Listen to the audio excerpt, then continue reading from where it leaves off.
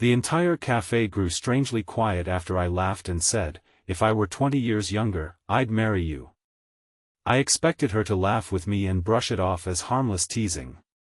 Instead, she looked directly into my eyes, smiled through unexpected tears, and softly replied that my age didn't matter to her. In that single moment, every comfortable excuse I had built around my lonely life began to fall apart. I had no idea that the woman sitting across from me had already seen something in me that I had stopped believing existed years ago. If you believe kindness, forgiveness, hope, and second chances can change lives, please like this video, leave a meaningful comment, share it with someone who needs encouragement today, and subscribe to our channel so you never miss another emotional journey with our family and our community. My name is Alistair Mercer, and at 64 years old I had convinced myself that the most meaningful chapters of my life were already behind me. After losing my wife to illness nearly a decade earlier, I buried myself in restoring antique furniture. My workshop became both my livelihood and my refuge. Every afternoon the smell of polished oak and cedar filled the room, but once I locked the doors and returned home, silence always greeted me first.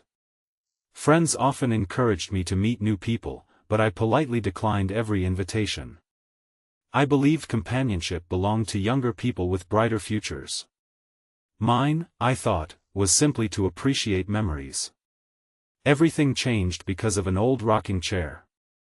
One sunny afternoon a woman walked into my workshop carrying a beautifully carved chair that had clearly survived generations of family history. She introduced herself as Celeste Rowan, a 42-year-old history teacher who had inherited the chair from her late grandmother.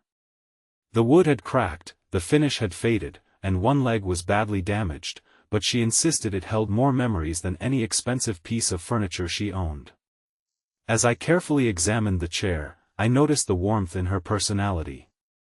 She spoke passionately about preserving family stories, old books, forgotten traditions, and community history. Unlike many customers, she wasn't concerned only with the repair. She cared about honoring the people connected to it. The restoration required several weeks, giving us many opportunities to talk whenever she stopped by to check the progress. Those afternoons became the brightest part of my week. We discussed literature, architecture, gardening, music, and travel dreams we had never fulfilled. Somehow conversations that began with furniture always drifted toward life itself. She never treated me like an older man whose best years had passed. She simply listened. For the first time in many years, I laughed without forcing it. Several people around town quietly noticed the growing friendship. My closest friend often teased me that I smiled more whenever Celeste visited. I always dismissed the suggestion. The difference in our ages seemed impossible to ignore. I convinced myself that friendship was enough. Months later, after completing the restoration, Celeste invited me to a small daytime cafe overlooking the town square as a thank you for preserving her grandmother's treasured chair. Sunlight poured through the windows while people enjoyed peaceful conversations around us. Looking at her joyful smile, I found myself wondering how different life might have been if we had met decades earlier. Without thinking carefully, I laughed softly and remarked that if I were 20 years younger, I would have asked her to marry me. The words escaped before I could stop them. Embarrassed, I immediately apologized. Then everything changed. Celeste gently smiled and quietly admitted that my age didn't matter to her.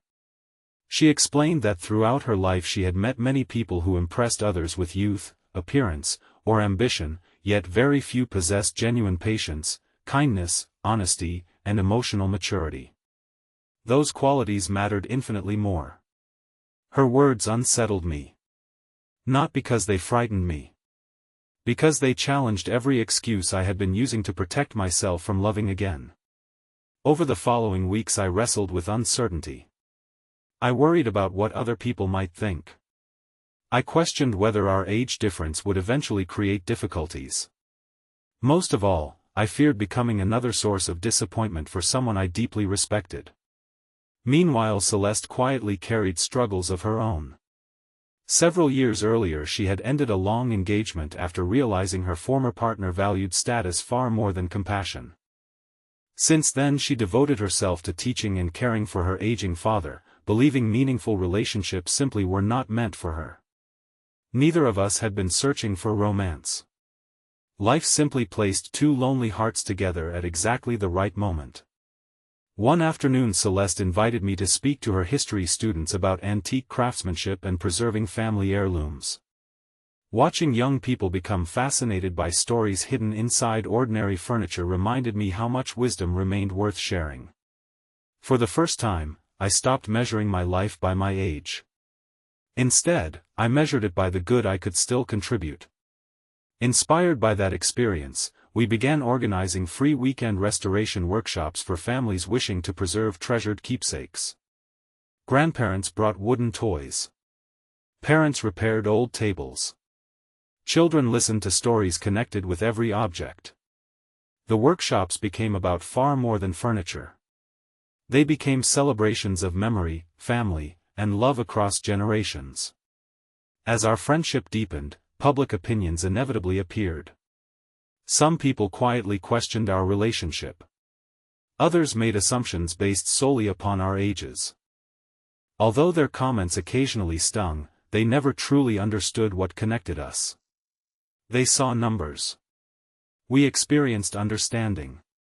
Then another unexpected challenge arrived. I suffered a serious shoulder injury while lifting heavy timber inside my workshop. Doctors explained recovery would require months of physical therapy and limited movement. For someone whose entire career depended upon skilled hands, the diagnosis felt devastating. Without hesitation, Celeste stepped beside me. She organized community volunteers. Former customers helped complete unfinished projects. Her students even created handwritten cards filled with encouragement after hearing about the accident. For perhaps the first time since losing my wife, I allowed others to care for me without embarrassment. Their kindness reminded me that accepting help requires just as much courage as offering it. During rehabilitation I slowly realized something profound. Life had not given me a second chance because I deserved one more than anyone else. It simply reminded me that hope remains possible whenever we choose not to surrender to fear. Months later my shoulder recovered enough to resume woodworking. To celebrate, our community organized an afternoon exhibition displaying restored family heirlooms created through the workshops. Hundreds of people attended. Every table held more than repaired furniture.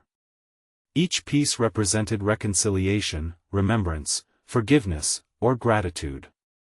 Standing among those beautiful stories, I looked toward Celeste. She smiled exactly as she had the first afternoon she entered my workshop carrying her grandmother's rocking chair. This time I no longer hid behind jokes about being younger. I thanked her for teaching me that love does not arrive according to calendars. It arrives when two hearts become ready to receive it. Later that afternoon we placed the restored rocking chair beneath a large maple tree outside the exhibition hall. Families took turns sitting in it while sharing stories about loved ones who had shaped their lives. Watching children laugh beside grandparents reminded me that the greatest inheritance we leave behind is never wealth. It is kindness. Before this story comes to its close, we would love to hear from you. Please leave a meaningful comment sharing whether you believe true love is defined by age or by the character people reveal through compassion, patience, and faithfulness. Looking back, I often smiled at the sentence that almost remained nothing more than a joke. If I were 20 years younger. The truth was that I didn't need to become younger. I simply needed the courage to stop believing life had already finished writing its most beautiful chapters. If this story touched your heart, please like this video, leave a meaningful comment, share it with someone who needs hope today, and subscribe to our channel so you never miss another emotional journey. May this story remind us that genuine love does not count birthdays before opening its heart. It notices kindness before appearance, character before age, and hope before fear. Sometimes the greatest blessing arrives not when we become younger, but when we finally become brave enough to believe we are still worthy of being loved.